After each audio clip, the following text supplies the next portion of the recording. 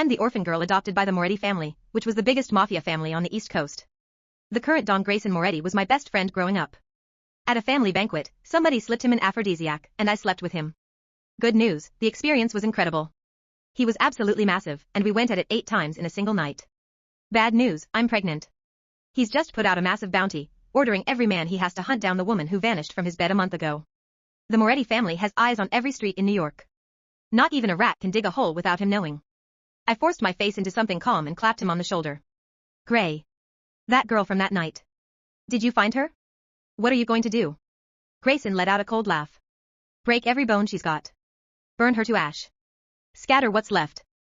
At a family banquet, I slept with Grayson Moretti, the don of the most powerful mafia family on the East Coast.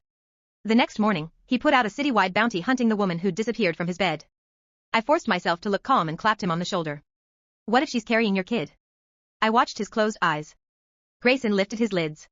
His irises were the deepest ice blue, the fireplace flames dancing in them. Bastard or not, she's done. He tipped the pills into his mouth and washed them down with whiskey. I want this woman erased from New York. The glass hit the oak table with a dull thud. Cheap perfume. Trash. Not worth my time. He pulled out a handkerchief and dabbed his mouth. Sloppy work. Has to be one of Fontaine's pawns. They actually think climbing into my bed gets them the Southside docks. My fingers curled against my belly, nails digging into my palm. Maybe she wasn't after the docks. Grayson sneered. If it's not the docks, it's money. Anyone who tries to play me pays for it. He stared at the surveillance still, disgust in his eyes. Anyone stupid enough to pull this shit under my nose ends up in the East River. My stomach turned over. Acid rose in my throat, and I clamped my mouth shut and swallowed it back down. My esophagus burned. What's wrong? My stomach's off. I turned my head away. Grayson stood up, took the suit jacket off the back of his chair, and draped it over my shoulders.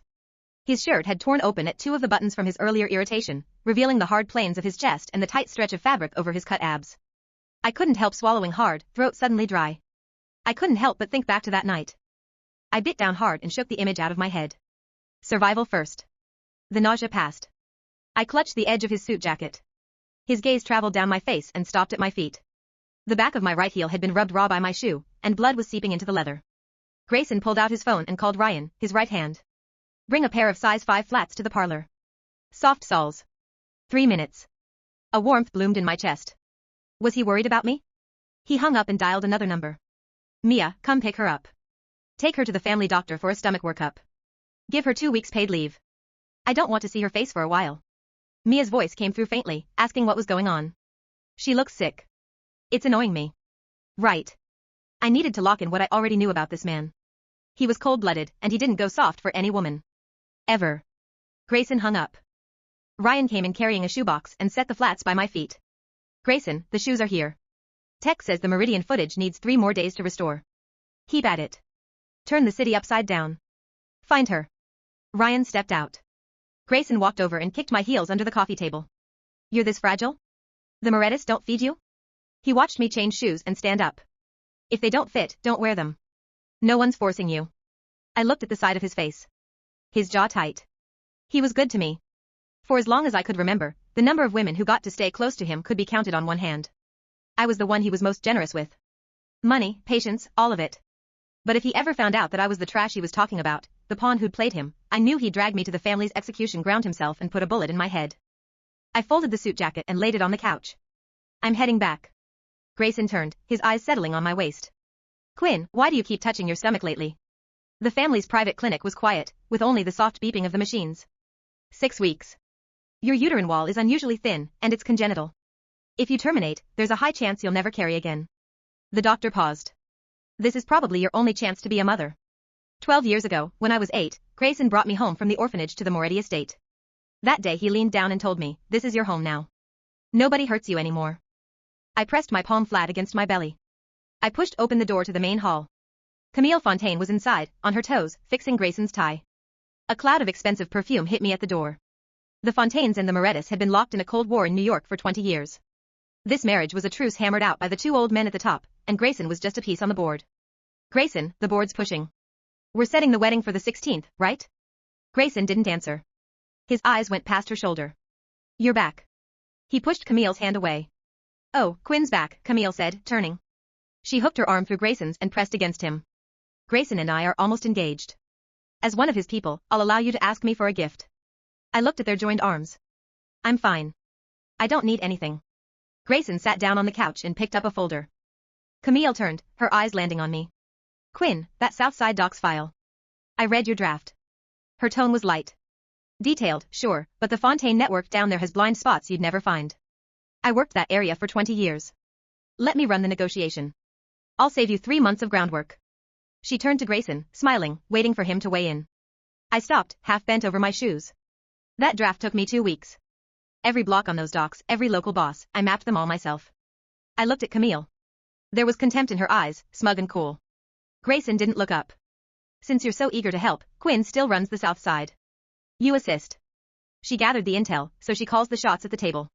You fill in the Fontaine blind spots. Camille's smile froze for a second. What?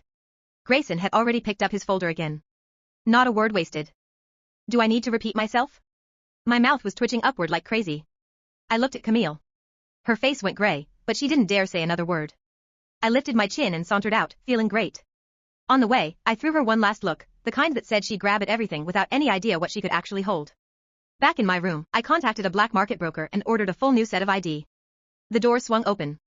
Camille marched in. Don't think you've won. You're nothing but a tool he keeps around. I'm the one who's going to be the next Donna Moretti. Her eyes dropped to the desk and lingered. She picked up the appointment slip and read it carefully. Abortion appointment. She didn't say it loudly, but the door was wide open. The footsteps in the hallway stopped. I lunged for it. Give it back. Camille didn't move. She just tilted her head toward the door. Gray, come look at this. Grayson walked in fast. He snatched the slip from her and scanned it. His face dropped. Who's the man? His voice was low, like he was barely holding it together. I didn't say anything, but I knew I was done. Quinn, talk. I'll go handle him right now. Camille sighed beside us, pitying. Gray, honestly, I could tell something was off with Quinn lately. I just didn't think. She paused. Forget it. Feelings are messy. Grayson glanced sideways at her. Get out. Camille smiled. Sure. I'll leave you two to it. Grayson turned back and gripped my chin, his fingers digging into my jaw, forcing my head up. The Morettis have raised you for 12 years. You see me every day, a man like me, and you let some piece of shit out there talk you into bed? I'm going to gut him right now. His teeth were clenched. A vein stood out from his neck to his temple. You'd debase yourself like this for some bastard's kid? Run to a back alley clinic? Pain shot through my jaw. I bit the inside of my lip and stared at him without making a sound. I didn't dare tell him that this bastard's kid was his blood. Mafia families lived and died by loyalty. He was this furious because he thought I'd been with some other man. If he ever found out I was the woman who'd played him, he'd treat me as a disgrace, and I'd end up in pieces. Talk. He squeezed harder. Let go. He shoved my face away. I stumbled 2 steps back, hitting the edge of the desk with the small of my back. He looked at how pale my face had gone and yanked his tie loose, agitated. Who is he? He took another step, blocking the light from the window. You'd throw your life away for him? There's no one. I gripped the edge of the desk and steadied myself. Grayson let out a cold laugh. He tore the appointment slip into pieces and threw them in my face. Fine. Great. He turned for the door. At the threshold, he stopped. Tell security. Lock down every exit on the Moretti estate. Anyone who lets Quinn out, break their legs and feed them to the river. I was done. Shaking, I got hold of Mia. I had to run, and I had to run fast. She didn't ask, just said, I'll set it up. My phone screen lit up on the desk. An anonymous text. I opened it. The image was blurry, but I could still make out myself. Drugged, staggering out of the Meridian suite. My back to the camera. Camp Camille had pulled that night's surveillance from the Fontaine archives, restored it, and was using it to blackmail me. Quinn, don't even think about taking Grayson from me. The second he saw a clean version, it was over. He'd be sick to look at me, and he'd throw me in the East River himself. Outside, the rain was coming down in sheets. 11:30 at night. I heard Mia arguing with the guard outside my door. She smashed a vase to pull the hallway security off. I shoved the window open, and the rain instantly soaked me through. I slid down the drainpipe on the 2nd floor. My palm tore open on the metal, blood smearing along it. The second my feet hit the ground, there was a crash from above. My door had been kicked in. Quinn. His roar tore through the rain. I didn't look back. I just ran. Rain stabbed into my eyes and I couldn't keep them open. Behind me, he was screaming my name like a man losing his mind. I cleared the gate and threw myself into a taxi parked at the curb. Drive. The car cut through the rain. I leaned back against the seat, shaking from the cold and the fear. The clinic was tucked deep in an alley in one of the city's roughest neighborhoods, with moss climbing the walls and the air thick with disinfectant and damp rot. This doctor owed the Morettis his life. He usually patched up the wounds that couldn't see daylight. Tonight, he was going to help me. The surgical lamp clicked on. I lay down on the table. Wait. I raised a hand to stop him. Take this out first. I pointed at the inside of my left wrist, where a small scar marked the chip the Morettis had implanted when I was 8, the day Grayson brought me home. A family tracker. Every Moretti carried one. Even me, the orphan girl they'd taken in. Local anesthetic went into my skin.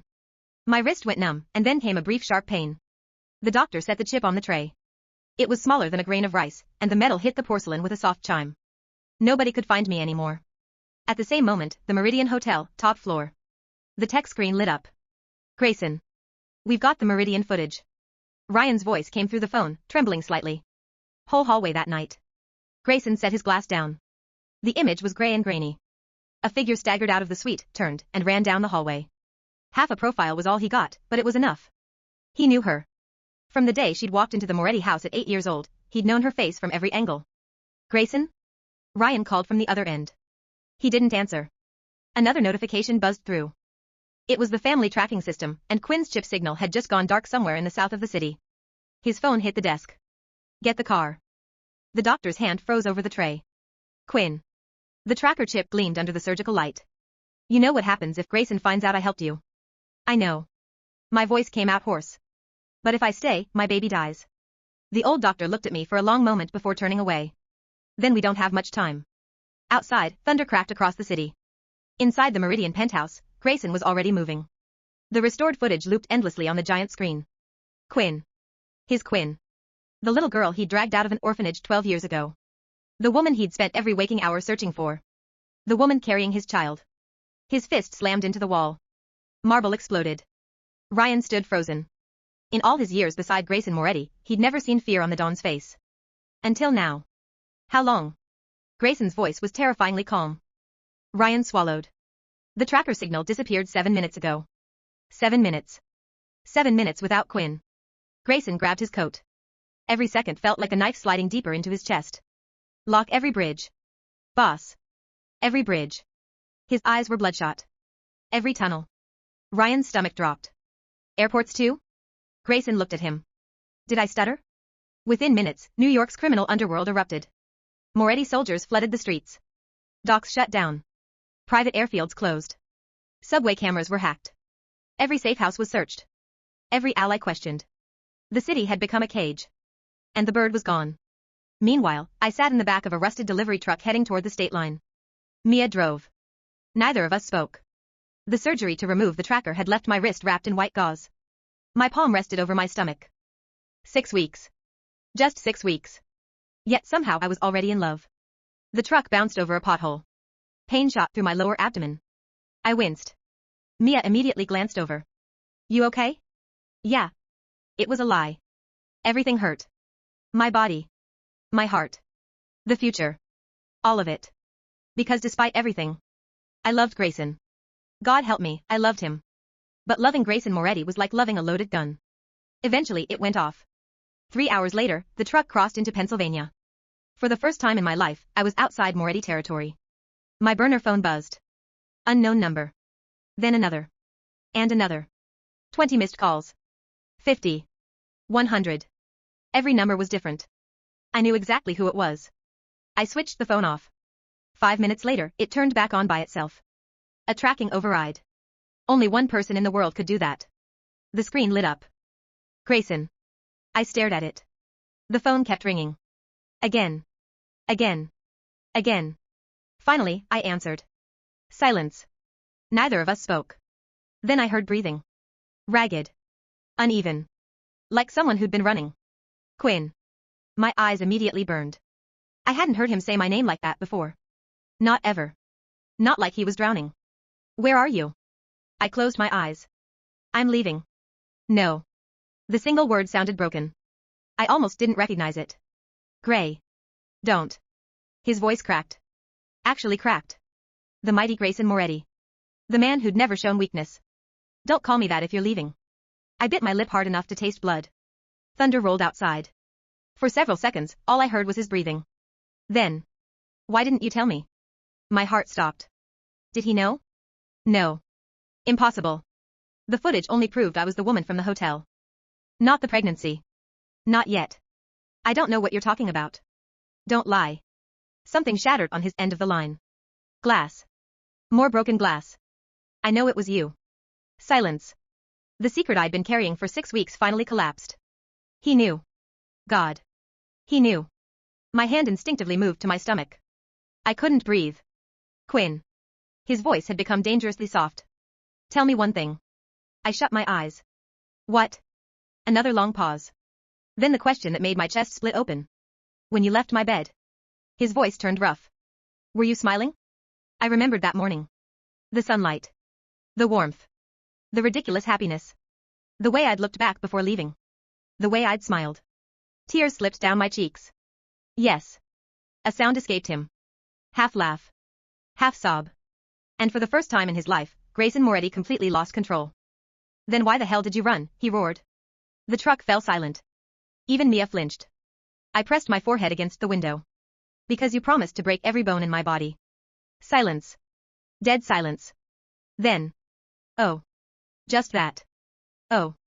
I continued before I lost my nerve. You said you'd burn me to ash. Oh. You said you'd throw me into the East River. A longer pause. Then. Oh, for fuck's sake. For the first time since I'd met him, Grayson sounded genuinely horrified. Not at me. At himself.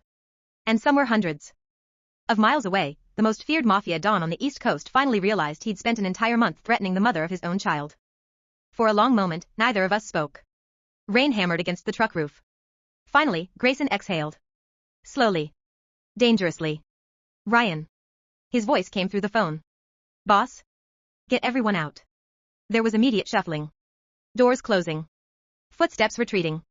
A few seconds later, Grayson spoke again. Quinn. What? How long? I knew exactly what he meant. My hand tightened over my stomach. 6 weeks. The line went silent. Then I heard a chair scrape backward. Something heavy hit the floor. When he finally spoke, his voice was unsteady. There's really a baby? I laughed bitterly. What did you think the appointment was for? Another silence. Then a muttered curse. Followed by another. Then several more. I had never heard Grayson swear this much in my life. You thought it was another man's child. You wouldn't tell me who the father was. You were threatening to murder him. I was trying to murder myself, apparently. Despite everything, a laugh escaped me. The first real laugh I'd managed in weeks. On the other end of the phone, Grayson immediately went quiet. What? Nothing. Quinn. What? Do that again. I blinked. What? Laugh. The word came out almost desperate. My chest tightened painfully. For the past month, I'd been terrified of him. Running from him. Hiding from him. And now he sounded like a man clutching at scraps. I'm not coming back. The moment the words left my mouth, the atmosphere changed. Not anger. Something worse. Fear. Quinn. No. You haven't even listened to me. Listen to what? I stared out at the dark highway. That you didn't really mean to threaten me? His breathing became heavier. That's exactly what I'm saying. You promised to erase me from New York. I didn't know it was you. You called me trash. I didn't know it was you. You said I'd end up in the river. I didn't know it was you. The words exploded from him. Then silence followed. Because we both heard it. The problem. I swallowed. That's exactly why I left, Gray. His breathing stopped. When you thought it was a stranger, you wanted her dead. The truth hung between us. Sharp as a blade. I kept thinking. My voice shook. What if one day you looked at me the same way? Never. The answer came instantly. Without hesitation. Without thought. Never. I squeezed my eyes shut. People always say that. Not me. His voice was frighteningly certain. Not about you. A lump formed in my throat. Because the worst part was that I believed him. I always had. But belief wasn't enough anymore. Not when a child was involved. Quinn. His voice softened. Come home. I looked down at my stomach. At the life depending on me. My home is wherever this baby is safe. The words landed like a gunshot. Several seconds passed. Then Grayson spoke. Slowly. Carefully. Like a man negotiating a bomb. What do I have to do? I froze. What? What do I have to do to make you believe me? Outside, lightning flashed across the highway. For the first time in his life, Grayson Moretti wasn't issuing orders. He was asking. And somehow that frightened me more than his anger ever had. Before I could answer, another phone buzzed. Mia's. She glanced at the screen. Her face instantly lost all color. Mia? She didn't answer. Mia. Slowly, she handed me the phone. A video was playing. The sender was Camille Fontaine. The footage was from the Moretti estate. The main hall. Every senior captain in the organization was gathered. The entire leadership of the family. And standing in the center of the room? Was Grayson. He held a gun. The room was silent. Dead silent. Then Grayson raised the weapon and pointed it directly at his own right hand. Ryan's eyes widened. Boss. Bang. The shot echoed through the hall. Blood exploded across the marble floor. Several people screamed. I jerked upright in the truck. Gray. On the recording, Grayson never flinched. Blood poured from his shattered hand. His face remained expressionless. He looked directly into one of the security cameras. Directly at me. As if he knew I'd eventually see it. Then he spoke. First threat. My blood ran cold.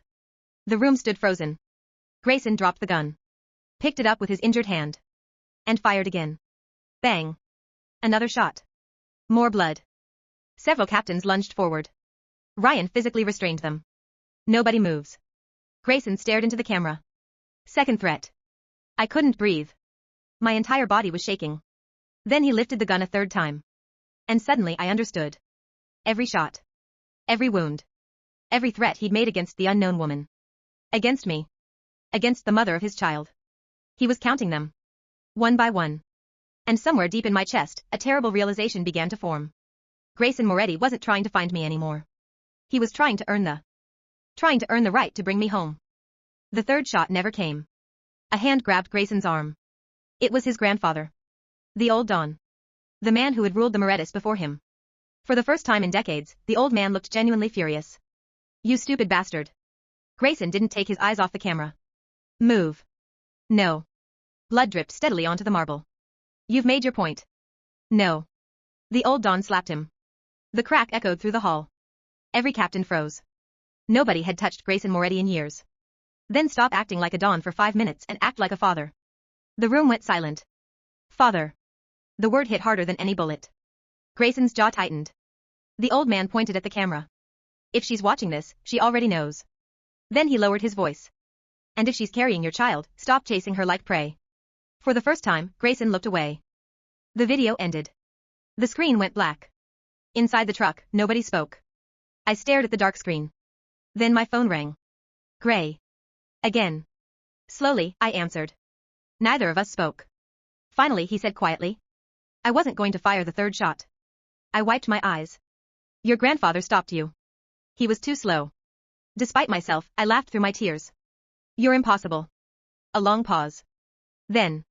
Come home. I looked out the window. The rain had stopped. Dawn was beginning to break over the horizon. For the first time in weeks, I wasn't running. I wasn't hiding. I was just tired. So incredibly tired. Gray. Yeah? If I come back. My voice trembled.